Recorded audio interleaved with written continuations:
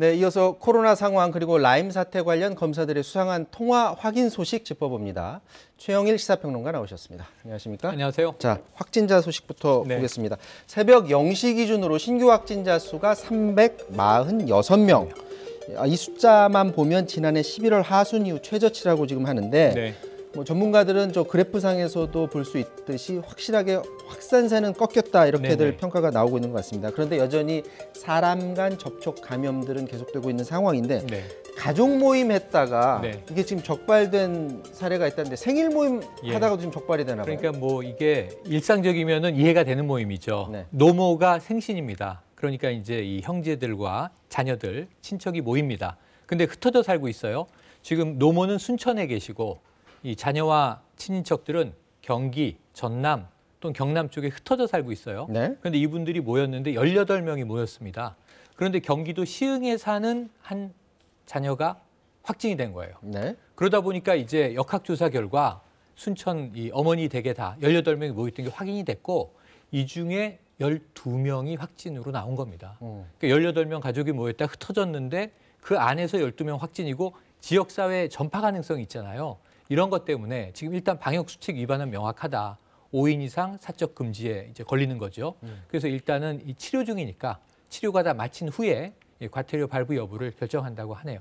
이게 제일 걱정되는 대목입니다. 이 말씀하신 대로 사람 간 접촉, 가족, 지인, 직장 동료 절대 5인 이상 모시지 말라는 게 지금 이제 저 방역 수칙입니다. 이제 다가오는 설에서도 설 네. 때도 저렇게 많은 사람들이 몰릴 우려가 있는 부분이 있기는 한데 생일 모임에 저렇게 많은 사람이 굳이 모여야 했을까라는 생각이 좀 드는데요. 그렇습니다. 대구에서 또 눈에 띄는 사건이 있습니다. 그러니까 도우미들이 노래방에서 그 확진 판정을 받아 지금 발칵 뒤집히는 일이 벌어졌는데 네네. 지금 노래방 그 업소 그 이름도 공개를 하고 다 공개했습니다. 그리고 노래방에 갔던 사람들 다 와서 검사를 받아라 이렇게 하고 있나 봐요. 네, 근데 맞습니다.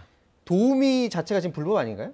도우미 자체도 불법입니다. 그러면 말씀하신 대로. 도우미도 그렇고 도우미를 부른 사람들도 그렇고 자발적으로 가서 검사 받을 가능성이 별로 높아 보이지 않는데. 그게 문제입니다. 그게 문제입니다. 그래서 대구시에서는 지금 말씀하신 대로 수성구에 11개 업소가 있고요. 동구, 네. 북구에 또 1개 업소씩 13개 업소가 우선 대상인데 이 도우미 두 사람이 먼저 확진 판정이 되자 동료 도우미도 또 확진으로 이제 나오게 됐고 그렇다면은 제일 중요한 것은 접촉자 중에 이제 주로 손님들이 많을 텐데 네. 이 다 추적하기도 일단 어렵습니다. 자발적인 검사를 받아야 되고요.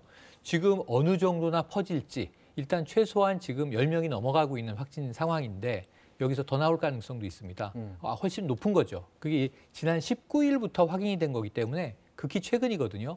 그래서 지금 이 대구 노래방 초비상 이 상황이고요. 검사를 다 받아봐야 이 여파가 확인될 것 같습니다. 풍선에 한 군데를 이렇게 억누르면 또 다른 데서 네네. 계속 튀어나오는 게 지금 반복이 되고 있는 그런 상황입니다. 그래서 아차 싶은 게 최근에 특별 방역 기간이 끝나고 2주 연장하면서 네. 일부 업소를 풀 때 네. 대구시에서는 그때 우리는 밤 11시까지 영업하겠다. 그랬다가 취소했죠. 그랬다가 중앙정부에게 다시 맞춰서 9시까지만 하기로 했는데 네. 지금 이 노래방에서도 불만이 있어요. 우리는 2차 손님들이 주류기 때문에 9시 이후에 손님이 많이 오는데 9시까지만 영업하라고 하면은 사실 장사가 얼마나 되겠느냐 네. 문제 제기를 했거든요.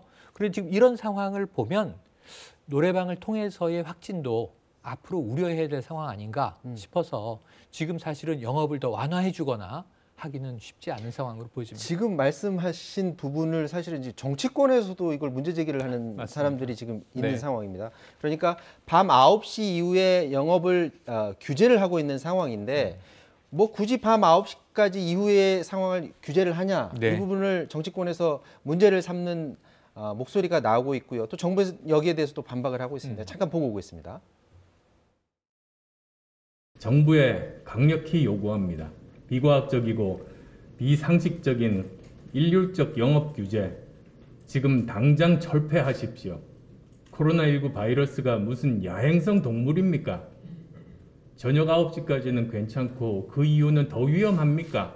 저녁 7시에 문을 열고 장사하는 가게에게 9시에 문 닫으라는 것 영업 정지 명령과도 같습니다. 어제 정치권 일각에서 정부의 9시 이후 영업 제한 조치를 두고 코로나19가 무슨 야행성 동물인가 혹은 비과학적, 비상식적 영업 규제라며 당장 철폐할 것을 요구했다고 합니다. 그렇지 않아도 힘들어하시는 자영업자의 불안감을 파고들어 선거에 이용하려는 일부 정치인들의 행태가 참으로 개탄스럽습니다. 밤 9시 이후에 그 영업 규제가 지금 정치권에서 공방으로까지 이어지고 있는데 지금 뭐 감염병 전문의들 같은 경우에 네. 언론 통해서 그런 규제가 실제로 효과를 보고 있다 이런 네, 또 인터뷰들도 지금 나오고 있는 상황인데 맞습니다. 저게 이렇게 정치권 논쟁으로 번질 상황인가요? 그러니까 저는 안철수 대표는 의사시기도 하잖아요. 네. 최근에도 이제 봉사를 했습니다. 그런데 여기서 중요한 대목은 약간 논점이 어긋나 있어요. 과학적인 얘기를 안철수 대표가 해주셨으면 참 좋을 텐데 네. 여기서 중요한 것은 9시라는 시간은 사람이 정한 거죠. 어느 나라는 야간 통행 금지, 어느 나라는 지금 참고를 하는 나라는요 6시 이후 외출하지 마시오. 또 8시가 이제 영업 제한인 나라도 있습니다. 네. 유럽 국가 중에 프랑스도 일정 기간 그렇게 했고요. 나라마다 다 시간은 달라요. 중요한 건 바이러스는 야행성, 주행성이 아니라 24시간 활동하고 있다는 거죠. 근데 우리가 어떻게 하면 경제에 피해를 덜 끼치면서 접촉을 최소화할 수 있을까 노력의 결과 우리나라는 지금 9시인 거예요. 그럼 안 대표가 저는 대안을 내주셨으면 좋겠습니다. 그러면은 이게 12시까지 해야 된다든가 6시 이후는 안 된다든가 지금 느리자는 얘기를 할 수 있는 상황일까 하는 건 쉽지 않은데 그 얘기는 빼고 비과학적이다라는 것만 강조하셔서 아쉬움이 좀 남습니다. 자, 코로나 상황 이 정도에서 마무리를 짓고요.